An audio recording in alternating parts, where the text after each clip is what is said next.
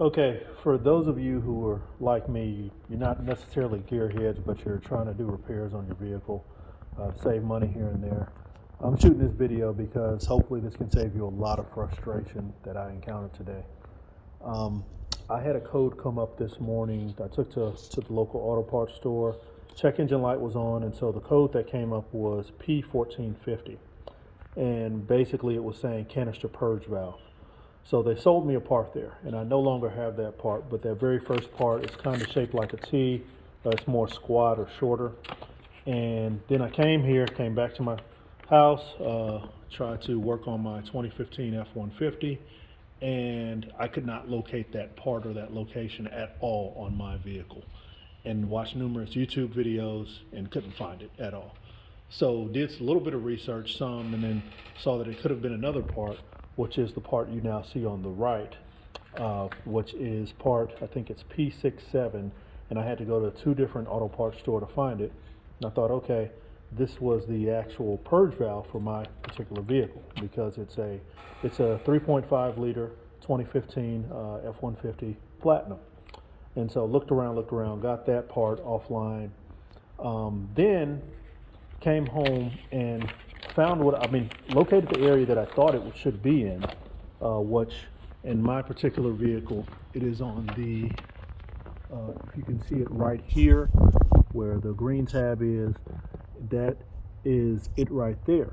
And so I thought, okay, this will be the replacement part, and I thought the sizes, the connections, and everything would fit together, but actually it doesn't. That is not the correct part. And so the 2 auto parts stores I went to, they had no clue. They didn't understand. One guy even told me, well, there's a mechanic who can really help out with this. He won't be available today. He only works on the weekdays. So gave me his number. So I'm like, this is just, insane. I'm getting kicked all around the place.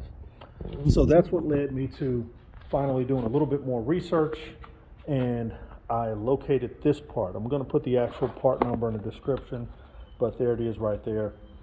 But I figured this out based on a post on some forum I found, and this particular part, I had to go to a Ford dealership, which the first one didn't have it, so then I had to drive to another area of town and get it, and then find it myself.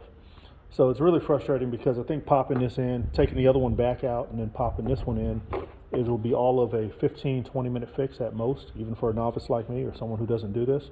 But I wasted an entire day running around trying to do it because of the incorrect numbers, the incorrect parts, the misunderstanding about this code of P1450.